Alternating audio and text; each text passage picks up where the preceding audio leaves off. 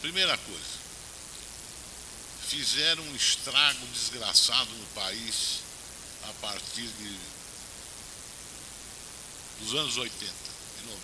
O estrago foi terrível, terrível.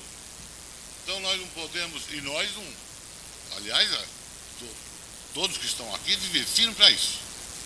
A calamidade que foi feita no Brasil em 20 e tantos anos. E que está no olho de quem viveu isso. Não precisa nem olhar número nenhum. Outro dia eu lembrava a um amigo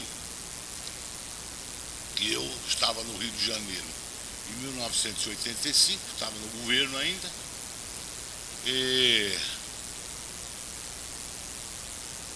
fui à favela da Rocinha,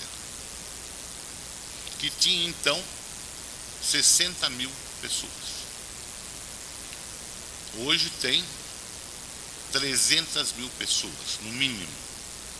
E agora o governo vai construir, o dinâmico governador do Rio, vai construir um muro, não só lá, como em outros lugares, né? Dizer que é para preservar o meio ambiente. O estrago foi enorme. Isso é a primeira coisa que precisa saber. O estrago do quê? Do neoliberalismo, do rentismo, da mentira econômica, da picaretagem, e etc. Para falar em bom português, porque tem uma hora que tem que falar português. Certo? Essa é a primeira coisa. Segunda coisa, esses últimos anos vamos dar a César o que é de César. Não adianta que eu acho do governo, fulano acha, ciclano acha o seguinte: melhorou o Brasil. Melhorou o país. Vocês vejam uma coisa, né, que é outro tema que sempre nós estamos aqui, desde que isso aqui foi fundado. Certo? O país precisa crescer. Sem crescimento econômico não há solução para nenhum problema no país. Crescimento econômico razoável foi em torno de 4,5%, pelo que me consta.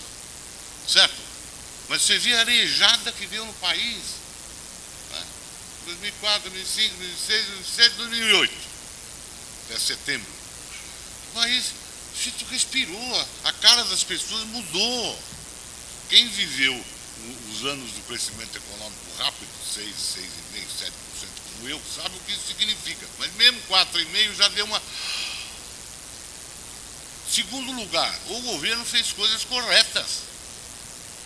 Por exemplo, e que nós todos insistimos aqui, sempre, política de salário mínimo. Eu, agora um ano atrás, fui lá com a professora Liana tirar umas férias no Nordeste. Você pergunta pro camarada, e aí você fala mal do Lula, ele olha assim torto para você. Com razão. Com razão. Porque o sujeito não sabe o efeito que tem sobre o miserável, sobre o paupérrimo. Então, é preciso entender o seguinte: esses de 2004 para cá, o país melhorou. E não adianta dizer que não melhorou, porque melhorou. Certo? Bom, aí nós começamos a perguntar, bom, poderia ter melhorado mais? Ah, sim, poderia. Se o presidente do Banco Central não fosse o seu Meirelles, por exemplo.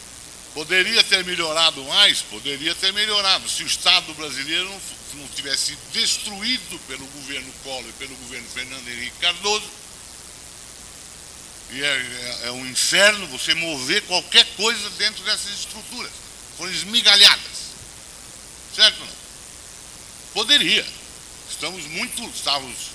Tínhamos um potencial, vamos dizer, de desenvolvimento econômico e social maior do que o que ocorreu. Isso também é verdade. Mas para isso há razões, que são razões ponderáveis e estruturais. Também não adianta xingar fulano, beltrano, safado. Certo? Então essas coisas nós precisamos ter claro. Estamos longe de um país decente, muito longe. Porque quando eu olho esses dados que o professor Valdir Quadros, com a paciência de Jó, vem coletando há anos e anos e anos, eu vejo que a minha empregada né, está na baixa classe média subindo. Porque veja bem, uma coisa eu raciocinar com o horizonte que as pessoas têm de vida 50 anos atrás. Outra coisa é eu olhar o horizonte que existe hoje. O horizonte, as pessoas que ganham, vamos dizer, 5 salários mínimos, 4 salários mínimos, têm uma vida muito dura. É difícil. Claro que o sujeito entrou, tem uma televisão, passou da preto e branco, colorido, depois da tela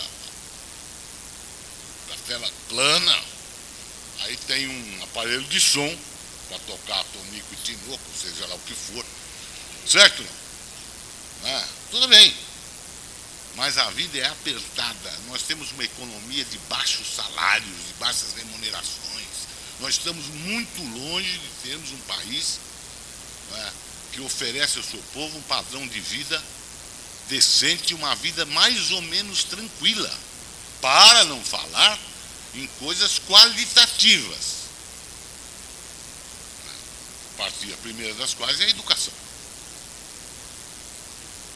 Então as pessoas saúdam. Porque no Brasil as pessoas perderam completamente o senso crítico. Né? O miolo moeu, o liciliquefez. Então o sujeito diz, agora 90% dos meninos está no colégio. E antigamente era 70, claro, 90 é melhor que 70. Por supuesto. Agora, o que vai ao colégio?